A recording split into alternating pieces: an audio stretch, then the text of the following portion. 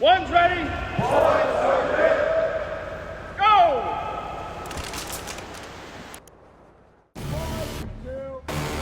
1, 2, 2.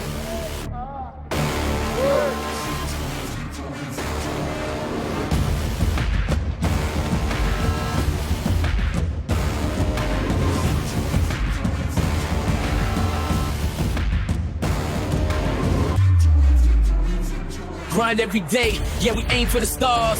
Feet on the ground, but our heads are on Mars. Visions of glory, sweat on our skin.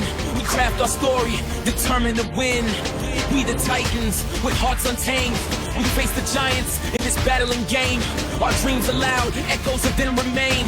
We stand as one, heading for the Hall of Fame. We chase the lights till the final whistle.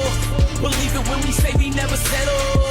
We chase the lights till the final whistle. Believe it when we say we never settle. We did it, we did it, we did it. Hey everybody, welcome back to the One's Ready podcast. You're in the team room and this is your daily drop for the 13th of February, brought to you by Tasty Gains. If you head over to tastygains.com, you guys can get access to creatine gummies, pre-workout gummies. They've got gummies for kids now, where creatine gummies for kids.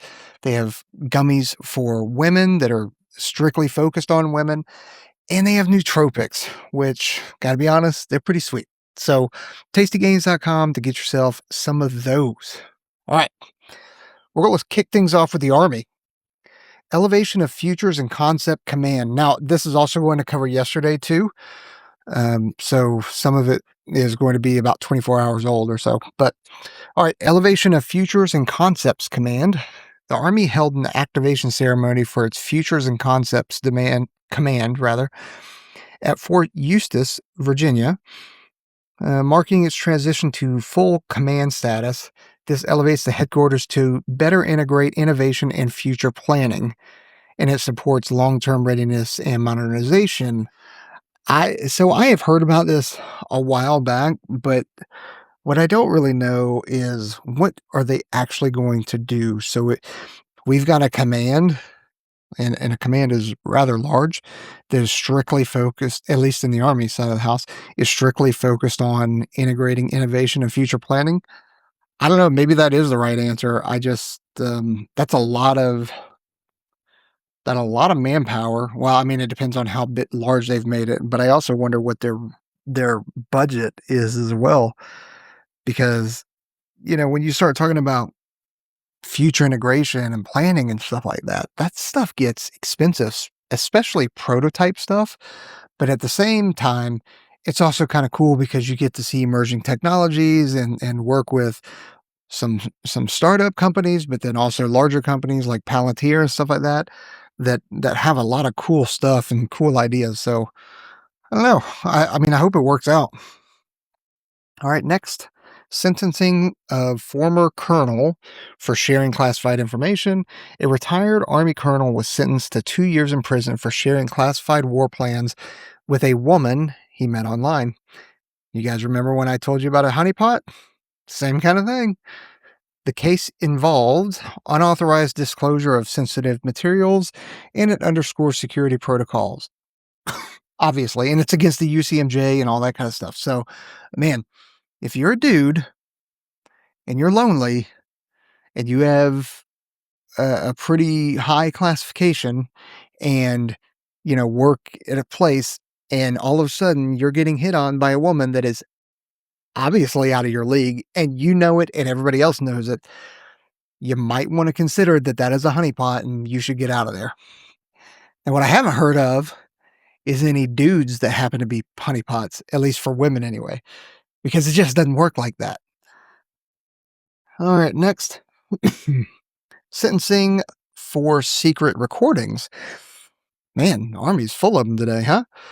A former Army battalion leader in Alabama received a 4-year sentence for secretly recording house guests. What a creep! The incident involved hidden cameras in a private area. This highlights ethical standards and personal conduct. Oh, dude. It doesn't say anything about this in this, but if this is, voyeurism or something like that, recording minors, like 4 years in prison, that's all you're giving them, No sentence to the wood chipper or anything like that. That's kind of weak, if that is what happened. But either way, man, you can't just go freaking filming people, especially in bathrooms and bedrooms and closets and shit like that. All right, next, Navy. Two ship collision in the Caribbean. Two Navy ships collided in the Caribbean Sea, resulting in minor injuries to two sailors. The incident occurred during a military buildup in the region. U.S. Southern Command is investigating the cause. How the F does that happen? Like, I'm not in the Navy. I'm not, so I don't know. But for sure, they have, just like aircraft and air traffic control and stuff, like they have little blips on radars and scopes and stuff like that. They also have that on these ships. So how the freak do you run two ships together? I get it if it's, a U.S. ship and a different country ship or a tanker or something like that, that maybe they're not talking on the same thing. But dude, that is just embarrassing. Do better. All right, potential increase in ship procurement budget. The Navy Secretary indicated the fiscal 2027 budget could double ship procurements from 2026 levels. This aims to enhance fleet capabilities. The announcement was made at a conference in St. Diego. Next, defense of service funding needs. Navy leaders called for historic funding levels to maintain readiness. This includes investments in advanced programs. Yeah, I mean, that's every service, dickheads. Like that, everybody needs more money.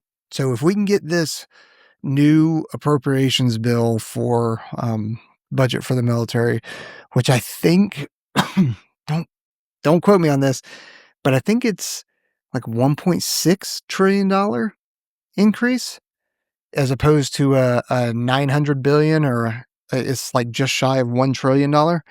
So man, that is a massive increase. And yeah, for the taxpayers, like I am also a taxpayer, right? What the hell? What does that give us? And I think if you realized, or if you not realized, because that sounds very condescending, but I think if you knew what the budget was going towards, I think it would be very eye-opening for you and why we need more, just with the amount of that budget that pays for salaries for military members, pays for healthcare for military members, also retirees and that kind of stuff. It's a substantial dollar amount. And then we're expected to buy new ships, new airplanes. Space Force is supposed to be putting stuff into space. Then we have dilapidating infrastructure and buildings and dorms and barracks and just buildings in general. We need new buildings. There's only so much you can change to an existing building to make it operationally sound and usable, especially as we start talking about the procurement of, some 6th gen fighters and 6th gen bombers. Like there's a massive, sorry, I'm not trying to give up too much information, but there's a massive need for space and stuff like that and people for these things. So, that's why there's an increase, or that's why we're requesting an increase anyway. All right, Marine Corps. Marine declared lost at sea. What? A Marine who fell overboard from the USS Iwo Jima on February 7th was declared dead after unsuccessful search efforts. The service conducted exhaustive rescue operations. Man, that sucks, dude. I'm sorry to hear that. That is not cool. All right. Moving on. Let's see. Passing a financial audit. The Marine Corps passed its 3rd consecutive clean financial audit. We talked about this the other day. How were they passing an audit, and the Air Force, the Army, the Navy can't pass an audit? Like granted, we're significantly larger than the Marine Corps, but still. All right, next, adoption ruling upheld. The Virginia Supreme Court, ruled a Marine couple can keep an adopted Afghan orphan despite government oppositions. The decision ends a legal battle over a family reunification and it affirms adoption rights. I wonder, like, what government was that? The U.S. government, the Afghani government that didn't like that? That's kind of unusual.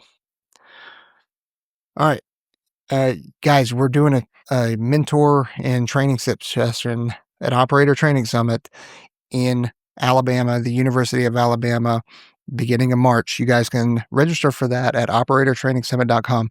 This is not your hell week that you're used to seeing on Instagram or anything like that, right? This is instruction. We've got a day dedicated to running, rucking, mobility, nutrition, calisthenics, and that kind of stuff, taught by the mad scientist himself, Taylor Starch. And then we have got a day dedicated to all pool work, swimming, underwaters, mask clearing, mask and snorkel recovery, treading water, drown proofing, bobbing. What else is there? There's a couple of things that we're doing in there, right? So you don't want to miss this. We are closing it on 20 February. So time is running out and slots are filling up. Make sure you secure your slot. This is an investment in yourself. OperatorTrainingsummit.com. All right, on to the Air Force. Healthcare access complaints. Senior enlisted leaders reported health care access as a top troop complaint. This was discussed with lawmakers and efforts are underway to improve availability. Listen, we have all experienced this self-hand. And it's unfortunate and it's tough.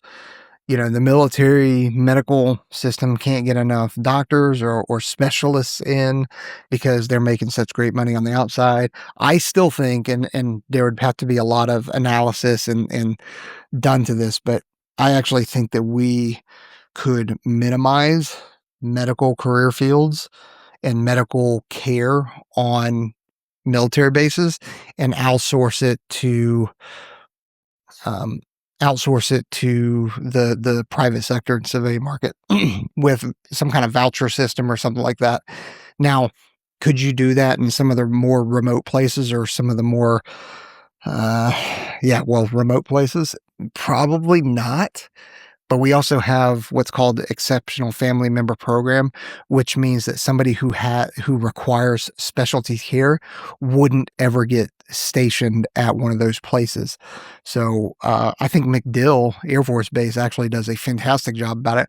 They have minimized their medical capabilities on MacDill Air Force Base. And since Tampa, Florida has such a awesome medical system that they just kind of push everybody, not everybody, but they push a lot of the stuff that is required onto the economy, and it works very, very well. All right, next, CCA, or Collaborative Combat Program Advancement.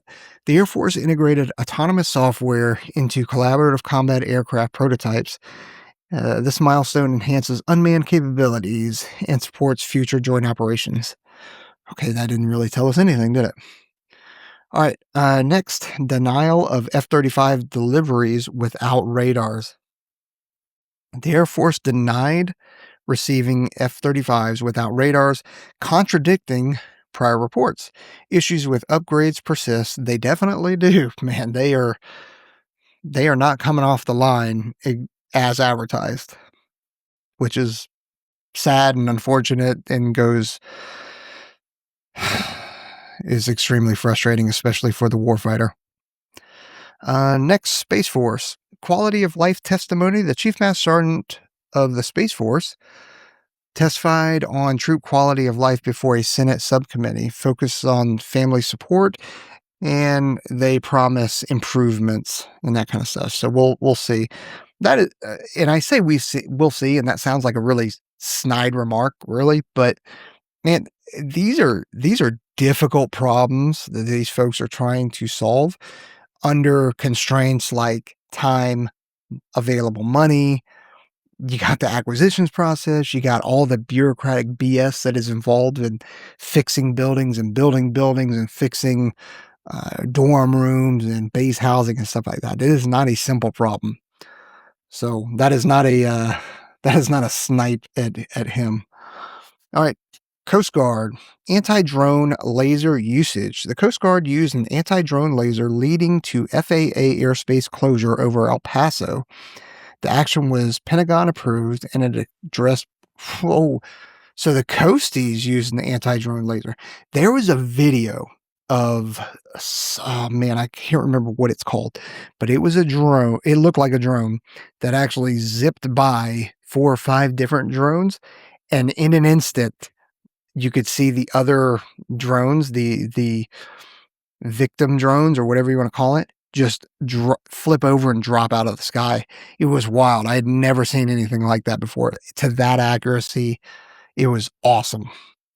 All right, next, Secretary of Defense, skipping NATO meeting. Secretary Hegseth skipped a NATO meeting with a deputy, urging partnership over dependency. This reflects U.S. policy shifts. Man, how much longer is NATO going to be around? I don't know. All right, next, President of the United States, actually, turning to military for diplomacy. President Trump assigned military leaders to diplomatic roles in Ukraine, Iran, and Western Hemisphere. This leverages expertise for negotiation and it aims at resolving conflicts before military action is taken. I think that that's awesome and that makes sense. And that's what you would do in situation like, when you're negotiating with Ukraine, Russia, Iran, and other folks. Unless it's something like Venezuela and Maduro, and you just got to go in there and snatch a dude for mouthing off and stealing U.S. assets and that kind of stuff. So, whatever. All right.